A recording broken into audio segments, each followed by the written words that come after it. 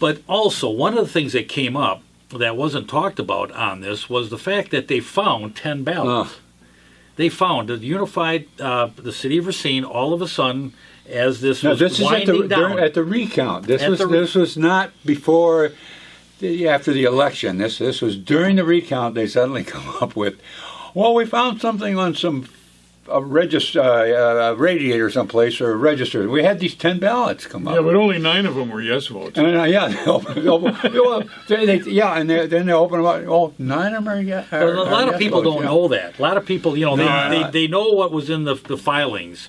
And I know it was kind of kept quiet about, there were 10 votes, 10 yes votes that showed up mysteriously and were put into the machines, correct? Mm-hmm. They just threw them right into the count. Not into the machine. They just threw them into the recount. This was during the recount. Yeah. We weren't using any machines then. But they just threw them into the count. Those votes were never counted. Those votes had never been counted. But they were counted at the recount. At the recount, they were okay. counted. If it wasn't for those 10 votes, even by their count, when they said they won by the exact same number, they would have lost by 4.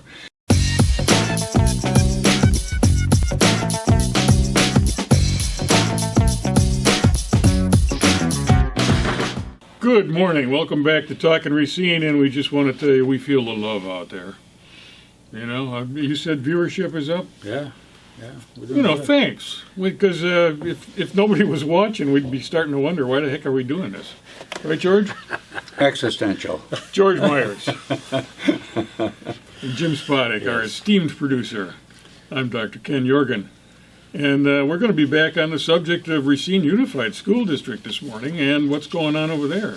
And we're kind of wondering, what is going on over there?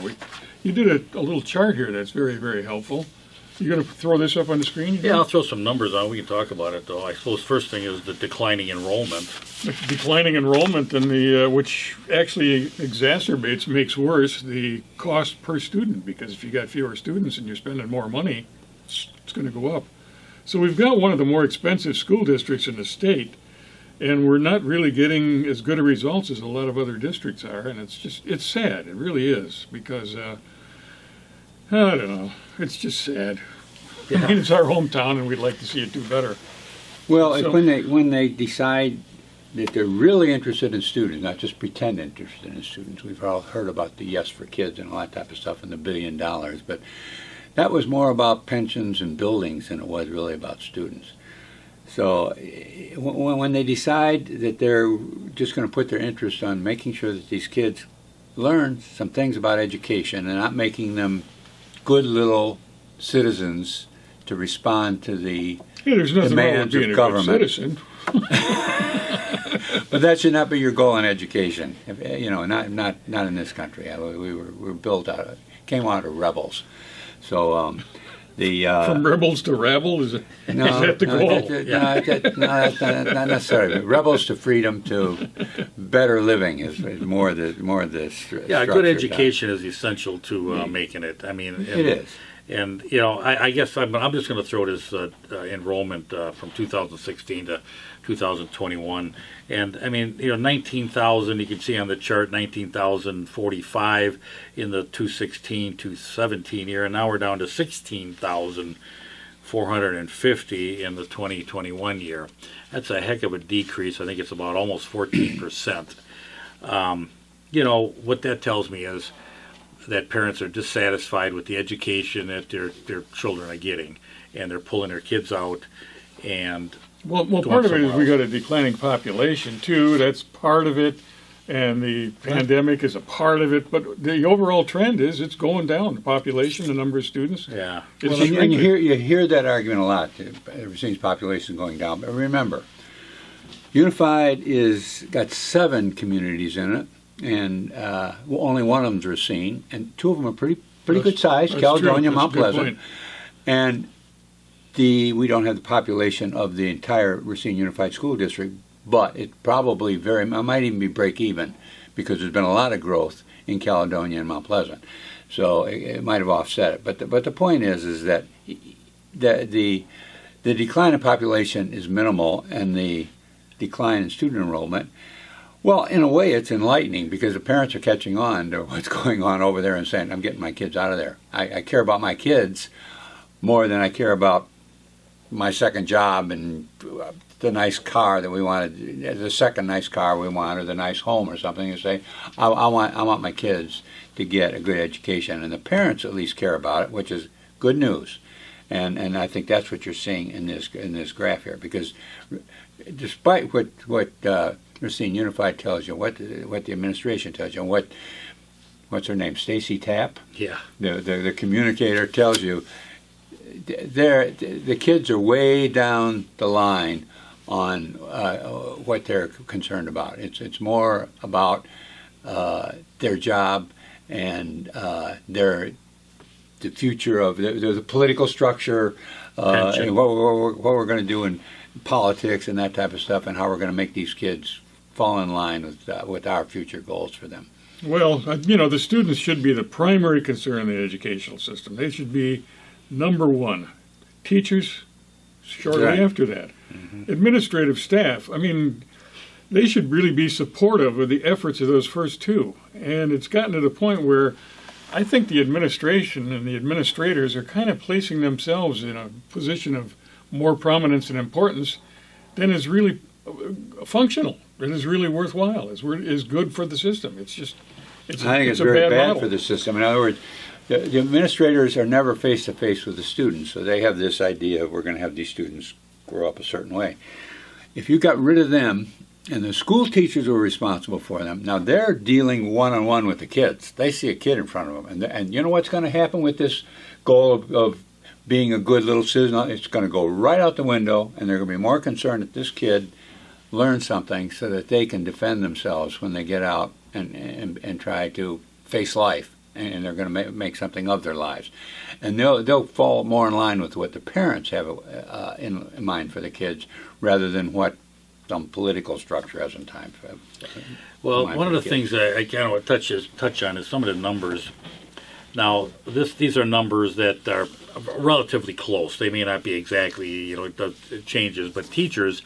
1,370 teachers employed by Racine Unified. Administration and their staff, 673. Support staff, your janitors, your building maintenance, at 502. So if you just take the teachers at 1,370, and you take the administration and the staff and the janitors and the support staff at 502, and you add those together, there's about a 200-person difference between teachers and staff. So you almost have a 1-per-1 staff versus, I think it ends up to be about a 1.26 staff versus teacher. So the teachers that are actually in front of those students are almost outnumbered by the administration. So where they talk about this huge amount of money, $16,565 a year per student in Unified, versus the average parochial, private school, choice school that doesn't get those local tax dollars, is around $7,500 to $8,000. Well, it's a lot of support personnel. That ratio, 6.4 students for every employee. Yeah. The grade school that I went to, there were 8 grades. There was no kindergarten. And the population varied a little bit, but typically it was about 20 students per class or per grade. Right. That's 160 kids. And the 8th grade teacher actually functioned as the principal, and you had 1 custodian. So that's like not even 10 adults taking care of 160 kids. Right. Right. So that's 16 kids per, support personnel, if you want to call them that, per adult. And now it's 6.4. Yeah. That's way down, and the results are not as good as they used to be. No. So it's time to take a close look at it and really make some adjustments and some alterations. And the administrative staff, as far as I'm concerned, which is about a little more than half of the support staff, is basically wasted time, wasted money. If you took it down to just the janitors and the building staff, somebody's got to keep the heat going and right. That type of stuff.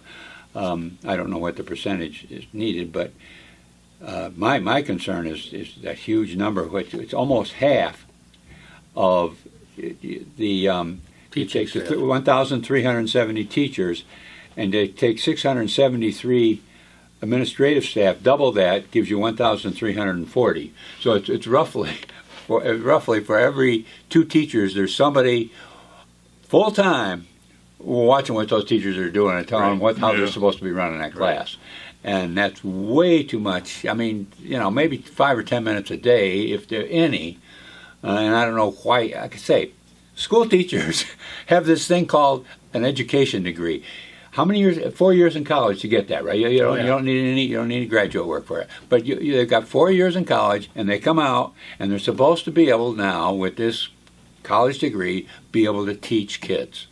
So what do you got for having a half a person back there, spending 4 hours a day to your 8 hours, the teacher's 8 hours a day, telling you what you're supposed to be doing? What the hell was that education all about? What was that 4 years in college all about? To tell you now you need administrative staff to tell you how to teach. Now, where did you access these statistics? This is the National Center for Educational Statistics. It'd be interesting to look and compare what Racine is to some other communities. Yeah, well, there are. You can find that yeah, statistic. You can do it. You want to do a little digging, you can. Yeah. I mean, we're obviously focused on Racine, but there are some good school districts in Wisconsin. They've done very well. There's some that are actually cost more, but those communities put that money up, but they also get results.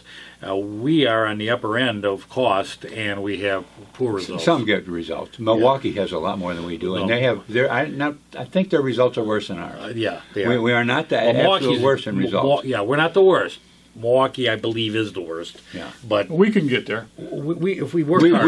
we were in the top 2 or 3. We're on our way. Yeah. When it came out for the voucher schools, that's one way that Racine was first in line with Milwaukee to get the voucher schools. They took the worst school districts, Right. the very worst 2 or 3, and said those are the first one to get the vouchers. Right. Now, one of the things, and I want to bring up this, George, because now that this the Supreme Court, where the case that was put out that you were part of, one of the things, an article that was written on that particular day that was the oral arguments at the Supreme Court, Brian O'Connell, I believe he's the head of the school board. His comment was there should be consequences to you and your group for having this time spent to review these ballots at the referendum, and there should be consequences to you for interfering with their wrecking of the school system. I understand that. But I say I can understand his concern. But some of us are more Let people concerned see about the ballots. kids. It won't be so damn expensive. exactly. What about this concern? Yeah. There's a concern we got. But What are they going to do with that $1 billion? That $1 billion. They don't need that $1 billion to do what they're doing. That doesn't take another $1 billion. Here's another, George. Here's another one. Now that case is in front of the Supreme Court, where I don't know where it's going to go. Let's just say, for instance, that one of the things that happened there, and I know that it was the count. How many ballots were how many ballots were taken out, and then the recount, and it was numbers that supposedly were miscalculated. But also, one of the things that came up that wasn't talked about on this was the fact that they found 10 ballots. They found the the city of Racine, all of a sudden, as this was winding down. At the recount. This was not before, after the election. This was during the recount. They suddenly come up with, we found something on some radiator someplace or a register. We had these 10 ballots come up. Yeah, but only 9 of them were yes votes. And then they open them up. 9 of them are yes. A lot of people don't know that. A lot of people, they know what was in the filings. And I know it was kind of kept quiet about, there were 10 yes votes that showed up mysteriously and were put into the machines, correct? Mm-hmm. They just threw them right into the count. Not into the machine. They just threw them into the recount. This was during the recount. Yeah. We weren't using any machines then. But they just threw them into the votes were tally. never counted. Those votes Those were have never been counted. But they were counted at the recount. At the recount, okay. If it wasn't for those 10 votes, even by their count, when they said they won by the exact same number, they would have lost by 4. So it's like, or lost by 3. So, but plus the other errors that were involved. Right. But that would. If I known Then, this is in April, what I learned after the next November election, believe me, I should have been standing on my chair saying, wait a minute, where did those come from? What's this? Well, 10 I think votes there's in going to the be, last even if, say, for instance, you can't, there's going to be a definite question about those ballots. So I just wanted to put that out there because none of that information was out there, George, because it was never in the complaint. And Well, if there's an explanation, I'd like to hear it. well, I would too, because I mean, how do you find 10 ballots Yeah. after an election, and how are they legitimately counted? You know, 10 ballots, 9 of which supported the... exactly. Yeah, Surprise. Anyway. It calls for an examination. Yes, or it does. An explanation. Anyway, Yeah. Well, on to other things. The next thing being, where's my notes? Well, we want to go and talk about, well, you got a video, yeah, we do. and it's has to do with the cop houses here in Racine, Right. which have gotten some national press. Yes, they have. Interesting. Yes, they Well, have. why don't you play the video, and then we'll talk about All that a right. little bit. Reduce crime and build trust in the community it serves. In tonight's Eye on America, CBS's Nancy Chen takes us to the city of Racine, Wisconsin, where for some officers, policing begins at home. Growing up in one of Racine, Wisconsin's toughest neighborhoods, 17-year-old Kamari Andrews says his reaction to seeing police was instinctive. My impression of law enforcement was to run from them all the time. Push back from here to hold it on. But that started to change 5 years ago when he met Officer Tim Sisler just a few houses down. Was it like the hangout spot It to was. go to after school? It was. This is a COP house, short for community-oriented policing. It's one of 6 homes manned by a lone officer whose job is to know everything happening in that neighborhood. Anything that occurs in that neighborhood, they should know about it. Trends in crime, if there's a spike in theft from vehicles or if there's a spike in shootings. The houses are spread across the city, leased by Racine Police. Officers working out of these homes are assigned to 3-year posts. We're all about helping these kids to be successful. Police Chief Maurice Robinson. How do you think that has changed this community's approach to policing? It's simply put, they know that we're accessible. We're not an occupying army. We're here to help. The houses also serve as neighborhood gathering places, a space for children to come together. Have a good weekend. And even a place for the Salvation Army to feed the neighborhood. Results have been mixed, but police say crime has fallen nearly 70% in one neighborhood since they moved in. Chief, even a few decades ago, this would have been unsafe for us to be outside here. It would have been challenging. The riot is going down. The program was put to the test during protests last summer after a COP house was set on fire.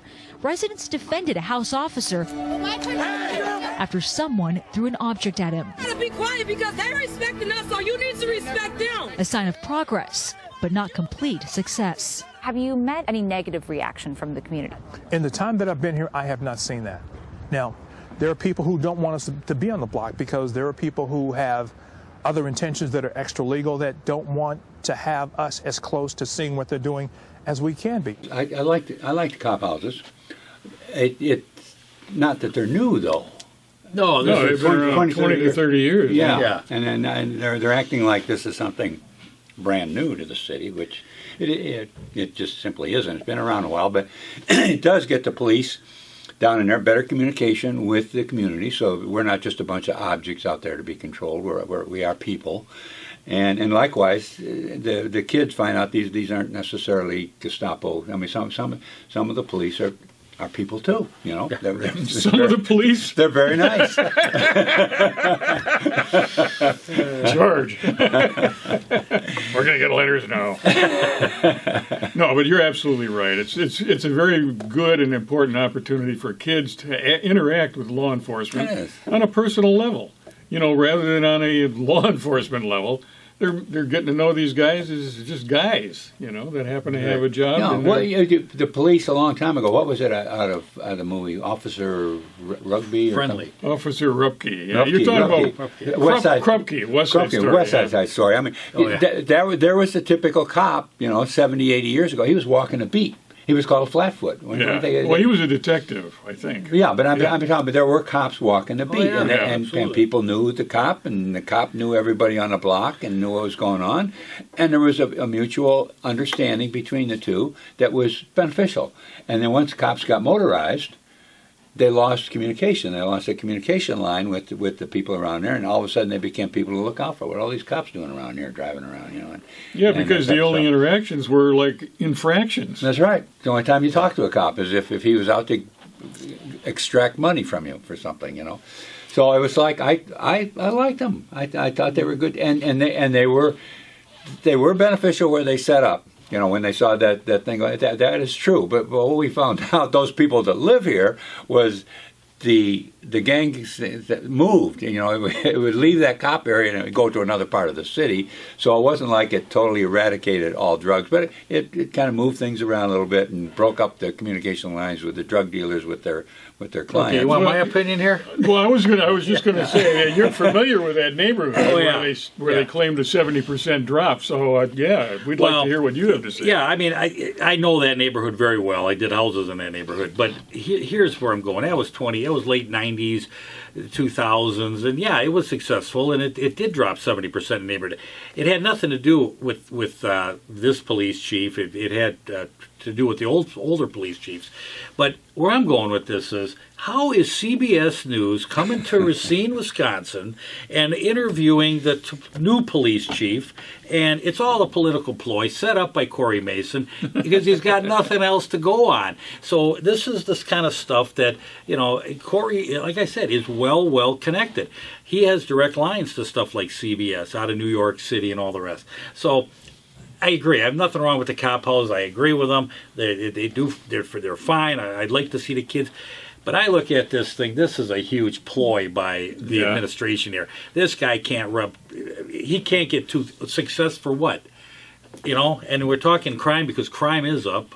And it's just, I see the whole thing in that neighborhood we were talking before, and you explained how many things beyond just a cop house were done in that specific neighborhood. Did about 8 houses in that neighborhood. That was a big renovation. They were on 6th Street. That was a big renovation. They were trying to get homeowners into all those buildings. And Will Manor over there on the corner, that was a big cleanup over there. And matter of fact, one of the aldermen lived over there. I know that whole thing well. Matter of fact, that neighborhood was rough because I remember being on a ladder later in the afternoon, and there was a gunfire between the alley and the street below me, and they were shooting, and they were running down the alley both ways, shooting at each other. So that was a rough neighborhood. You were on the line of fire, though. I was on the line, saying, "Don't look up." Were they using tracer bullets? I don't know what the hell.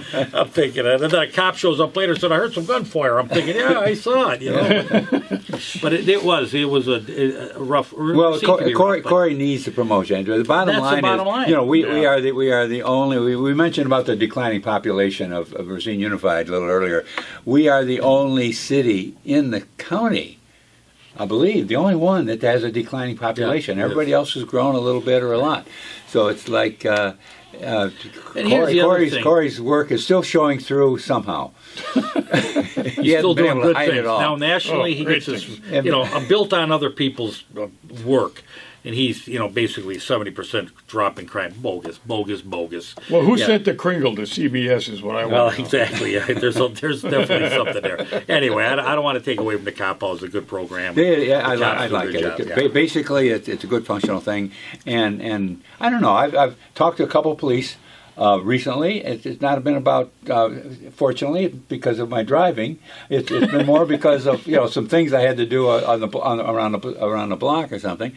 And it seems like a really nice generation of kids coming up, joining our police force. I was just very impressed with the couple I've talked to. They seem like nice kids. Now maybe it's because I'm 40 years older. I don't know. Maybe they're just being nice to me. But they seem young and friendly and communicative. They're not. Yeah, well, that's good. Down through the years, I think we've had basically a pretty good police force. But there are some stinkers that have been on there off and on down through the years. Yeah, I've run into them where they make it rough on the rest of the guys. Yeah. I remember coming up at one. There was something going on in one of our houses, so I went up to see it. I'm the property manager. I want to know what's going on. And boy, did I get the hell out of my way. What are you doing here? Go step aside. We're handling. You don't know anything from you even being there. So I thought, well, okay.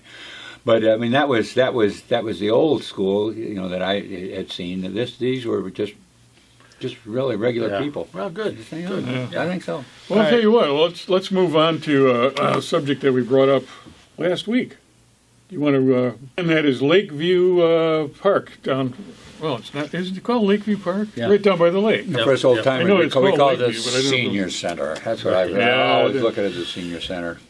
It's a place that burned down anyway that the city got nearly $1 million for to repair and replace, and which is now being considered for apartments and God only knows what else. I mean, the neighborhood is up in arms over it. Oh, man. They are not happy about that at all. So what do you think is going to happen there? I mean, they already got a developer talking. Well, they're going to have a Zoom meeting on the 15th. We put it on the last show. I'll put it on this show. Contact them, and I guess you get the Zoom numbering contact on Zoom. But they're bringing in the developer to talk to the community. Why is that? Why the heck is it? I thought that was a good move on the part of the alderman. The alderman who tried to handle the first meeting, obviously couldn't do it. Yeah, way beyond their control, and they're running right now. Is what they're running. They're call the developer, say, you go handle them. They blew us out of the room. Right. You're saying it's a good move on their part because they don't want to be confronted by mad citizens. That's right. It's a good strategy. It's not a good move for the well-being of the city. No, I'm not saying that at all. I just wanted to clarify that. You have them versus us. In other words, you have the aldermen right now versus the community, and the aldermen are losing. So they bring in this outsider, a hired gun, and say, "You handle it." Yeah, we'll put that internet right in there. We'll put our face. Go get those people. If you want to make this kind of money, you got to deal with these people in the neighborhood. Bring your lion tamers. Smile at the little camera at the top. Well, of what computer. they're saying is that this development is going to incorporate community services or green space, or I'm not sure exactly what, and how he perceives this to be. Well, I know what development is, and the development is they're looking at dollars. How much is that going to cost? What kind of return am I going to get on my dollars? And are my investors or my bank or whoever, are they going to be able to go along with this? And we've seen multiple developments fall apart because of exactly that. And now you're talking about doing something for the community, green space, bathroom, whatever it is. That makes no money for the developer. So usually in a situation like that, those are the first things that get shorted or cut or eliminated.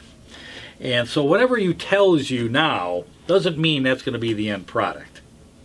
So I'd be very suspicious. This is kind of phase 2 of the boutique hotel down on Monument Square, right? How's that coming along? That's coming along. Is that almost Take done? a ride past, Doc. You get a good view of it. There's another little move they made there. You admitted, Jim. Well, they brought the developer in, but they put another barrier between the aldermen and the people, called video, called virtual Zoom meetings. Zoom meetings. The Zoom right. meeting. Yep. So they're not even going to be face to face now. Now they're going to have miles of airspace coming through the Ethernet to communicate with these people and really keep them at bay. So I mean, they've really set up every barrier they could. Yeah, it's bogus to keep the. But, here's the thing, George. It's not a community meeting; it's a developer meeting. Yeah, It's like, well, geez, how did the developer show up already? How did he get here?